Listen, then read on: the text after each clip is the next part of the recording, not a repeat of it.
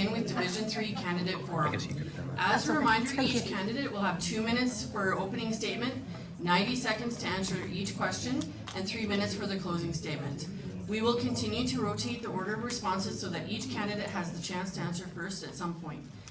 With that, let's hear the opening statements from Division 3 candidates. Dean, did you want to start? Sure.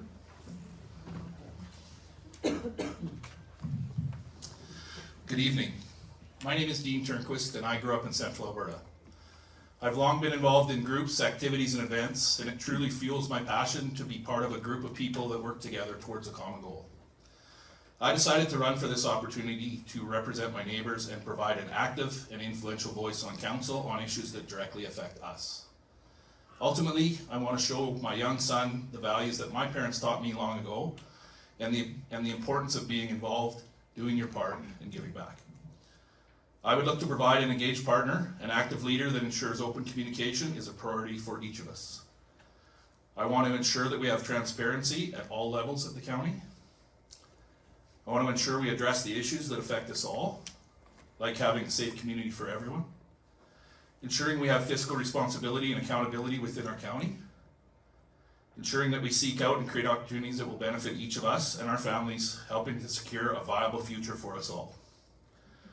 And that starts here with your mayor and your councillor. Thank you to Brent, Lonnie, and Christine, as well as Sherry and Dana for being here tonight, and wish you all the best of luck. I look forward to this evening and meeting with you all after. Thanks. Thank you.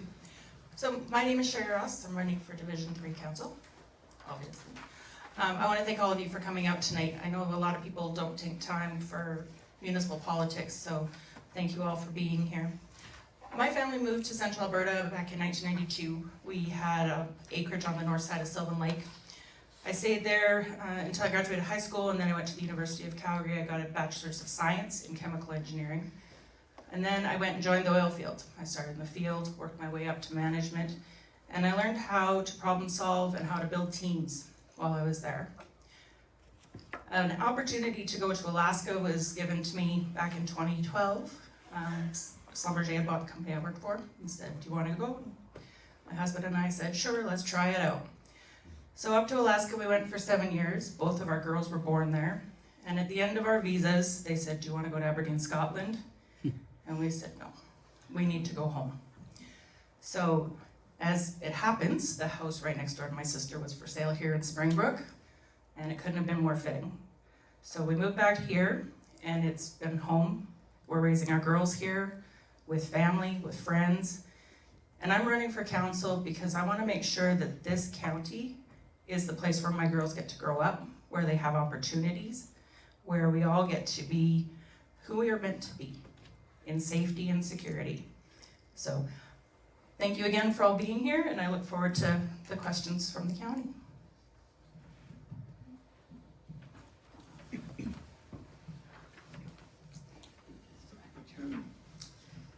Good evening, everybody. Thanks for coming and listening to everybody talk and answer all these questions.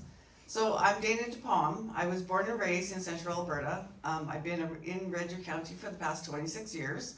My husband and I are fourth generation farmers, farming on our cattle and grain operation with our 2 sons on the family farm, which was homesteaded 100 years ago.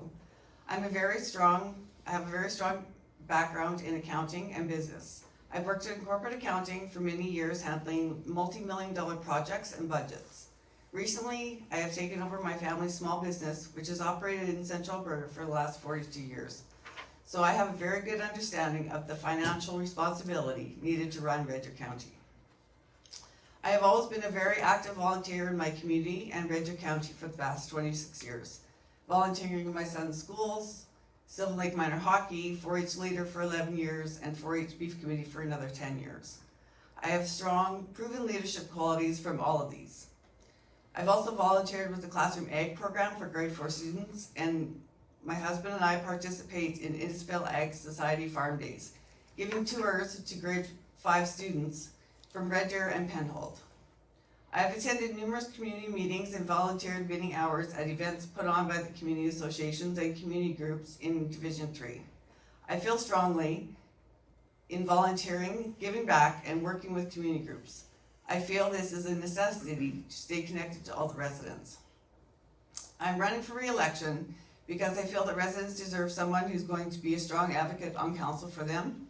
Residents deserve someone that's going to show up and be present in their communities. I've always questioned the status quo and will always continue to do so. I'm committed to maintaining our rural values, agriculture, community, and fiscal responsibility. Thank you. So we'll start, question one, we'll start with Sherry. What have you done to make Springbrook and Division 3 a better place to live in the last 4 years? Well, that's a great question. To be honest, for the past few years, I haven't been overly involved in the community, other than getting to spend time with our fantastic neighbors in our little close. And I was talking to Terry Ann about this a couple weeks ago. I said, you know, whether I win or lose this election, the one thing that I'm going to take away from this is that I'm going to be more involved. I've got to meet so many great people just in this early start of this journey. I got to volunteer for the Girls in Aviation Day. We're going to be volunteering for the Halloween, and realizing that whether I'm on council or not, I'm still going to be able to give back to this community.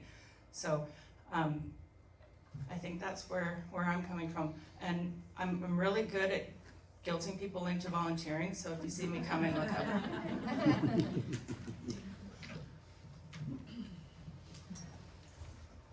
So, the last 4 years, I guess, what have I done to help Springbrook and Division 3 be a better place to live in? I always have volunteered throughout the entire division, and I've been at almost every event in Springbrook over the last 4 years. So I get to talk to people and find out what their issues are and see what I can do to address those concerns. Also, we've also been, over the last 4 years, we've been in Springbrook, lobbying for a hall and a dog park that is desperately needed here in Springbrook. And then in our communities, you know,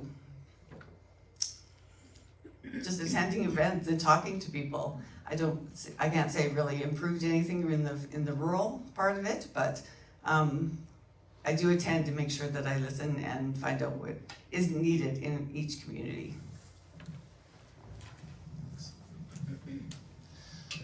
For myself, I'm not sure I necessarily can put anything down or mark anything specific in the last 4 years, but that's part of the reason I'm running as well, to be more involved here.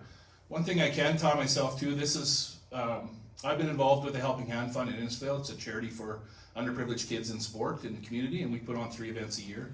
We help kids we provide funding for them to play sports.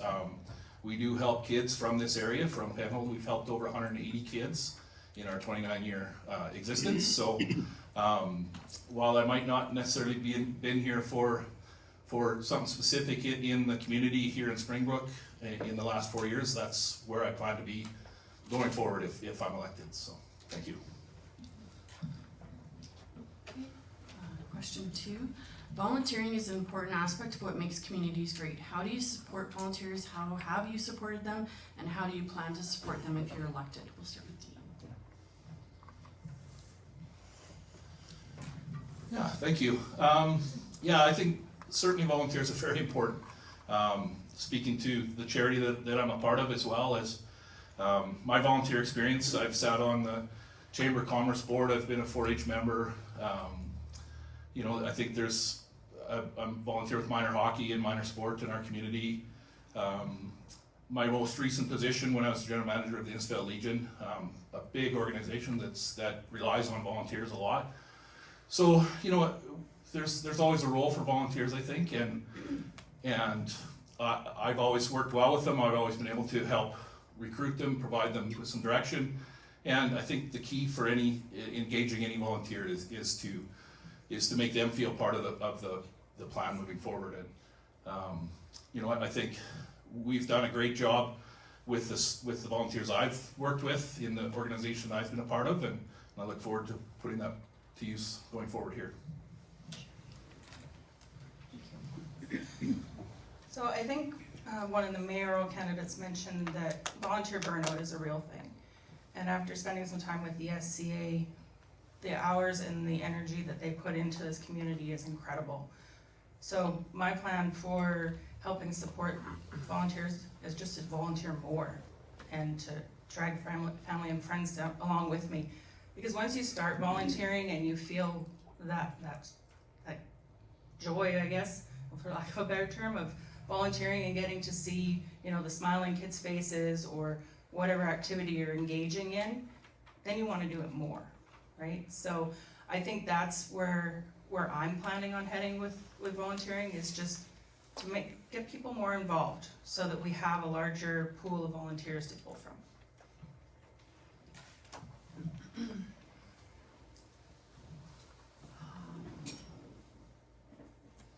So volunteering is a huge part of being in a community, and how I would add to that is I do show up to events. I guess I could show up to more if I could have the time. And the other thing is we need more volunteer appreciation events and things for our volunteers. As everyone has said, there is volunteer burnout, and we have to find a way to recruit people and more volunteers so that they'll be excited to join and help and be there and do all these things to help throughout. Also to maybe have some more training and stuff for our volunteers so there isn't the volunteer burnout and they know how to deal with some issues and stress and that kind of thing. And the other thing is, you know, just making myself available and trying to do as much as I possibly can in my community and in Springbrook. Thank you. Next question. Accountability and transparency. Everyone speaks of it, but it isn't happening. So what can you do to make a difference in that aspect? How do you propose to change accountability and transparency? Let's start with Dana. Okay, good question. And that's what everybody's been talking about over this last few weeks about running for the election. So accountability and transparency. I know everyone talks about it. Well, we really have to step up and make it so that our residents feel that they are being heard and that they are getting the knowledge and all the information processed to them. I do feel that, you know, we need to have more open houses and that to get our residents engaged so they know what is happening and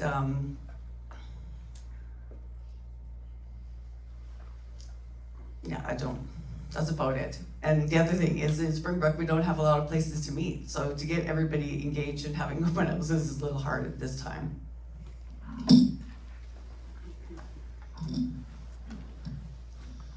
Yeah, I think since I put my name forward, and even before this, there's been a lot of this talk of accountability, transparency, certainly around some of the stuff the mayor candidates were talking about today. I think for me, understanding where the gaps are and understanding who your audience is and what the needs are of our residents. I think that's how you first identify where you have to identify where the gaps are, and then you have to be accountable, you have to be transparent. And I think that by making what we do, our track record and how we vote, what we're voting for and our reasoning is one way we certainly could be more transparent to the community.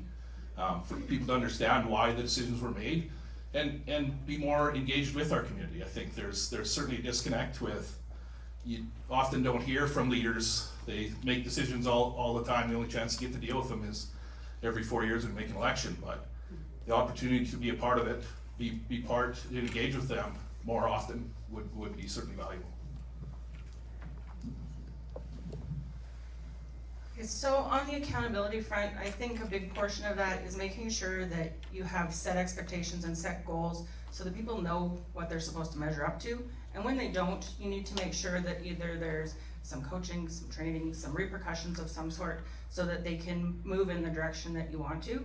For ourselves as members of the council is if we're not meeting the mark, we need to be able to admit to that and then fix it, course correct, right? To be honest, my guys at work, they love me. And the reason they love me is because I always push the bounds on how much I should tell them. If the company wants me to tell them this much, I'm gonna tell them this much. Because transparency is the key. They need to understand what direction we're going and why. And oftentimes that isn't provided. And that's the one thing I want to provide to the county or to the Division 3 residents. I I had it on my platform since the beginning. I'm planning to do quarterly town halls. We'll rotate them through the different community centers in the area. I have my phone on 24 hours a day. I will return phone calls. I promise to get you an answer, even if that answer is no or an answer you don't like. I will close that loop because it's important, okay? I also think that, I also plan on having, my Facebook page will be up. I will do a newsletter, and I'm not gonna speak in bylaws and in those fancy terms that none of us understand. It's going to be clear and plain English. Thank you. Next question, we'll start with Sherry. Residents often feel forgotten and neglected as there's little to no communication from the county. Public hearings are during working hours. How do you plan to better communicate, be more accessible, and interact with residents if you are elected? How do you intend to accomplish this? So similar to the last question, right? So making sure that we're using our social media effectively. If there's something big happening in the community that people need to be aware of, it's not hard to buy a little geographical boost on Facebook so that it just goes to everybody that lives there, right? Making sure that we're getting that information out in whatever way we can, right? As far as the public hearings go, I think that moving public hearings to the evening makes a whole lot more sense than having them in the afternoon so that people can be engaged. I think watching some of the council meetings, we do second and third reading on the same day. Maybe we should stop doing that so it gives people more time to become aware of what's happening so that they can come in and say their piece if they want to. So that's gonna be the biggest push. Again, I'm gonna have the quarterly town halls, I'm gonna have the Facebook page, I'm gonna have the newsletter. Whatever way I can to get people out. I've got a sign up for a mailing list on my webpage right now, so that anything big that comes up, I'll be able to blast that information out so that people are aware of it. Dana?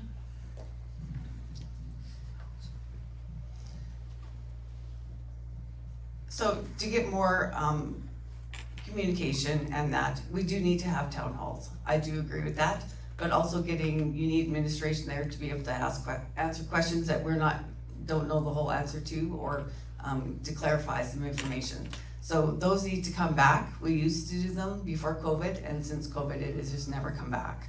So that is a huge one that we need to start doing again, so that people are up to date and know what's going on in their community and in the entirety of Red Deer County.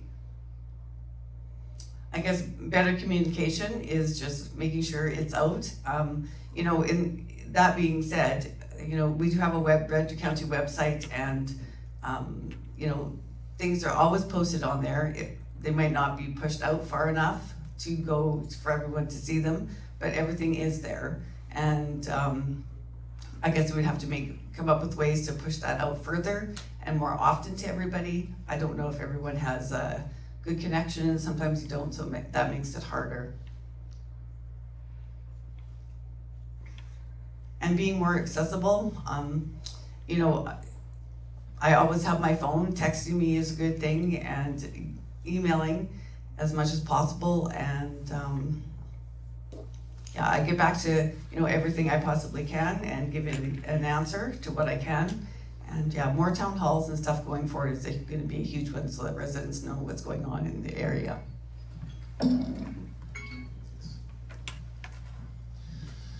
I think to reiterate the points that have been made, I think those are great things. All those things, open house and having a good social media presence. I know that was a challenge at my last job at the Legion, understanding your audience, and some people want to just put a social media post out, and some won't need to put it in the paper. And I think as the county, it's important that we know how to reach all of our residents, and it's not just one and done. It needs to be out there, and with time to react to it. I think, speaking of the public hearings, there's no reason that we shouldn't be tailoring our meetings to you guys' time, not what works best for us or for administration. I think there's always an opportunity to be more open. I think any job or any position I've had, it's always been an open door policy, and that would continue in this role as well. And maybe there's some ideas. I'd love to hear from our residents what they'd like to see. I can throw 1,000 ideas at you, but if they don't work for you guys, it won't work. So I'd love to hear from our residents what direction we should be going. So. Thank you. Question 5. We'll start with you. Why are you running, and what do you hope to accomplish in the next term? Yeah, I think, like I said, I feel it's an opportunity, and sometimes it's about timing in life.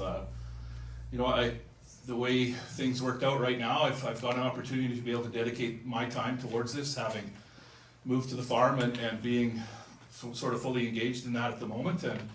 And you know, I think this is an opportunity for me to, having built in my 50-some plus years of experience of working with different people, different groups, and I feel that skill set I've learned from volunteering, from my work experience, would be valuable in this role. You know, I think more than anything, there's going to be a new group involved here. There's going to be a new mayor, and there's going to be a lot of new councillors. If Dana gets in, then she'll be the only one returning, but otherwise it'll be all new. So I think it's someone has to be able to build bridges, and I think that's something I'm good at, and that would be something that I would want to hang my hat on, the fact that we can work together to get things done. So over the last several years, I've gotten more interested in politics. It probably started because I was in Alaska right when Donald Trump came onto the scene, and it's like a train wreck and you can't turn away, right? And when I came back, I was still watching politics a little bit more at the federal level, and then all of a sudden a flour mill grew up in the field beside me, and I went, where did that come from? And then I realized that I knew nothing about municipal politics. I had no idea what was going on in my own community. So I started watching more of the meetings, starting to try to figure out how to read the bylaws and all of the things. And then I said, why not me, right? There's an election coming up. This is something that I can do. I am really good at meeting with people, with communicating, with building teams, with networking, with influencing others. I have the skill set to do this job. I also want to show my girls that when you have the opportunity to stand up and make things better for others, you should. Even if it's hard, right? Even if it's not comfortable, you need to do what is right. And you need to put yourself out there sometimes. So I'm in a position with my family, with my support system, that I have the time and the ability to dedicate myself to this. And it's a time when I have the heart and the passion to want to do it.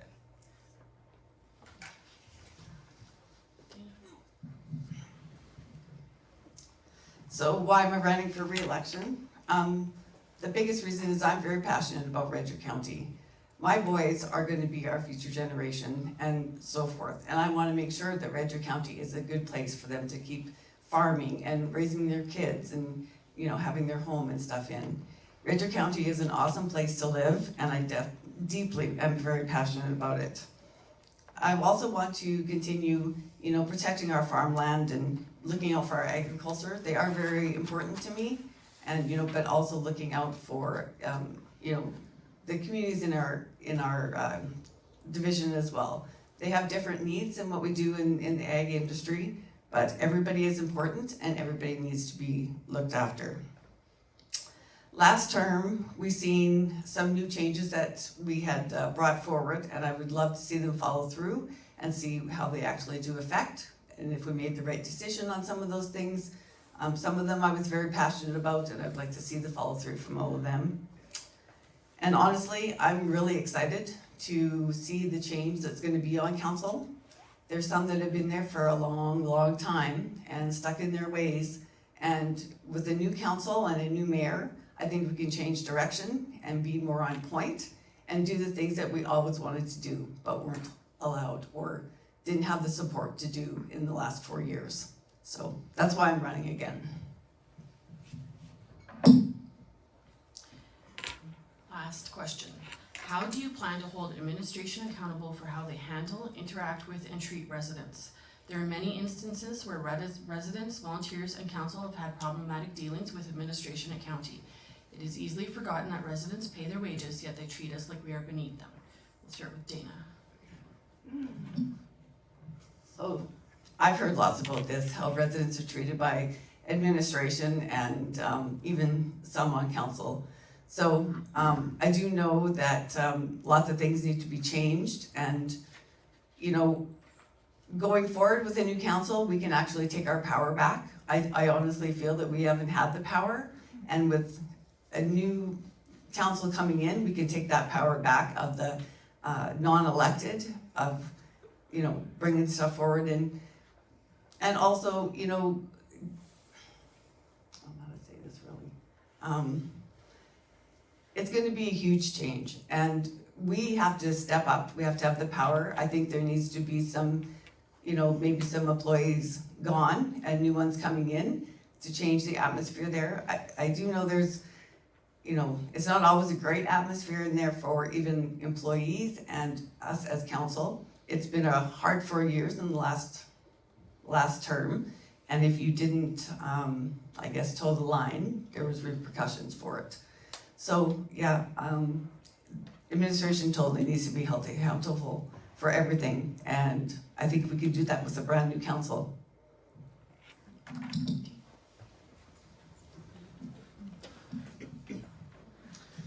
Yeah, for this question, certainly for me, it's quite concerning to see this question, and to see as ratepayers that you can't go into county and express your concerns, or you can't go to your councillor and feel that they're actionable, and I think that needs to change for sure. You know, I think Sherry touched on it earlier, it's understanding expectations, holding people accountable, and people understanding there's consequences if you don't deliver. To me, that needs to come from your leadership, from your mayor and from council, and that needs to be pushed right through staff, and maybe this is a great time for change. Maybe there's time for change, not just at the council level, but at staff level too, so. So the council has one employee, and that's the CAO. And ultimately, the CAO should be the one that is held accountable if the people that work for him are not treating the residents properly. So I think moving forward, anytime that we have a complaint that comes in from a resident, we need to tell the CAO to investigate it and report back to us with what the action items were out of that instance. If they're having multiple issues with the same person that's working for the county, then they need to make sure that they're removing people that don't need to be there, right? There is the ability for whistleblower complaints for the people that work at the county. So we need to have something similar for the residents, and there needs to be a follow through and a report back to council so that we can make sure that we're closing the loop and making sure that things just aren't passed by the wayside. Thank you. So we'll do the closing statements now. Just a reminder that you get 3 minutes each, and we'll start with Dean.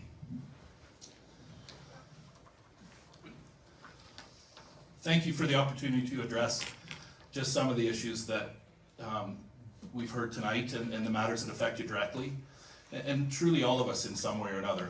I hope I get the chance to chat with you after on this and learn some more details of what your concerns are and what's important to you. You know, something you're passionate about and how we can help to get the results you need to see. Myself, I've just started to reach out and meet with my neighbors, but I'm excited about the difference that I can make moving forward. I want to ensure that we're highlighting our strengths so we can build on them. And I want to identify our weaknesses so we can address them. You know, I want to seek opportunities that help our county grow. And I want to ensure we immediately address any threats that may hinder us from getting to where we need to go. There will be a new council, and I feel my ability to build bridges and relationships while providing a strong voice on behalf of our needs would be my greatest asset. As a quick learner with a background in communications and municipal governance, it provides me with the greatest insight into getting ahead quickly and get on top of the issues that affect us in this division directly. We've talked about some of those tonight, although we haven't talked a lot about crime and safety, but I know that's a huge concern. Fiscal responsibility, transparency, all of that stuff. I love my community. I'm proud of where I'm from. I'd love to represent you with that same passion and commitment of being a leader and searching for opportunities that benefit all of us moving forward. There's an old saying out there that says, just because that is how it has always been done, doesn't mean that is how we have to keep doing it. I think if you look at all the issues through this lens, you get a new perspective on where opportunity lies. That doesn't mean we can still do it the old way. if that is the best way. But we should always be looking at ways to improve and get better. Otherwise we get stale and stall. I thank you for your time. Love to meet you after if you're interested. And ultimately, whatever you do, I encourage you to vote. It is the one of the greatest freedoms that we have. Thank you.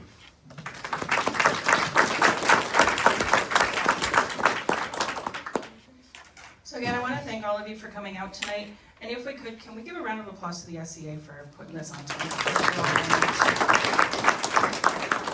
So this election ultimately is about change. With a new council, we have a chance to really reset the tone and rebuild our relationships, not only with the county, but with the residents here as well. We need to get back to the basics of what municipal government should do. So providing essential services, protecting our rural lifestyle and farmland, and ensuring safety and security for all the people that live here, and managing our taxpayer dollars appropriately. My focus is on strong, transparent leadership that puts residents first, regardless if you live in a hamlet, on an acreage, or on a farm. That means listening, communicating openly, and making decisions with accountability. I want every resident to be well-informed, respected, and included in the direction of the county. I will also advocate for practical, common-sense solutions that protect agriculture, support small business, and ensure taxpayer dollars are managed wisely. Growth and change are inevitable, but they can be managed responsibly so our rural way of life is protected and our communities can thrive. I bring persistence, approachability, and a willingness to think outside the box. When challenges come, I don't take no as the final answer. That's the beginning of a new journey to something better. My commitment is to be present, is to listen, and to work with every resident every step of the way, regardless of who they are. Every person has to matter. I will not be a rubber stamp. I will ask the hard questions. I will push for real answers, and I will stand up for our Division 3 residents every time. This is our chance to rebuild a stronger and more transparent county council. I'm here to listen, I'm committed to act, and I will always put Division 3 first.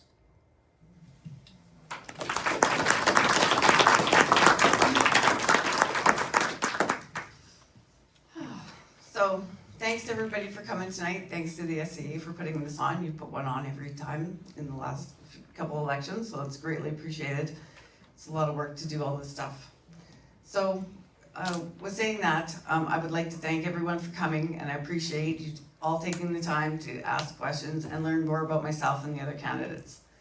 I will continue to make sure that Division 3 residents have a voice and that all decisions made are in the best interest of all residents. I will continue to be a strong advocate for Springbrook and the rural residents of Division 3. I will continue to be highly involved within Division 3 by attending community meetings and volunteering at community events. This way, I can continue to stay connected with residents and make sure that residents are heard and represented on County Council.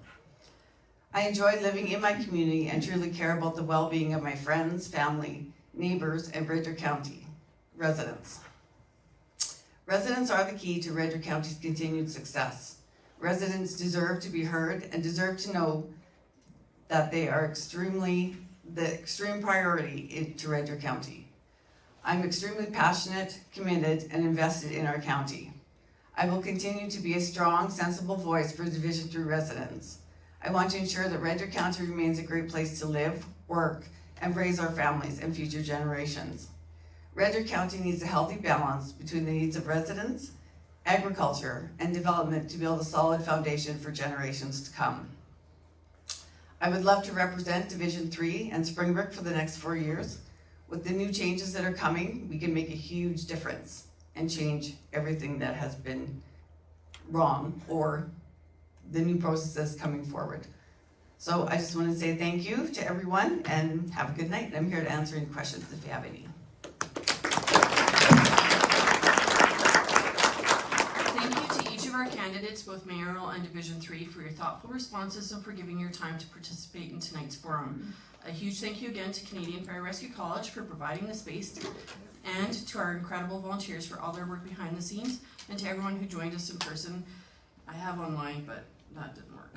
Your engagement is what makes these conversations meaningful. We encourage everyone to stay a little longer and to meet and speak with candidates one-on-one. And if you'd like to stack a chair, we won't stop you. And finally, a reminder, Election Day is October 20th. Please take the time to cast your vote. Your voice matters, and this is your opportunity to help shape the future of Red Deer County. On behalf of the SDA, thank you for being here tonight. Thank you for caring about the future of our community, and most of all, thank you for making your voice heard. Have a great evening.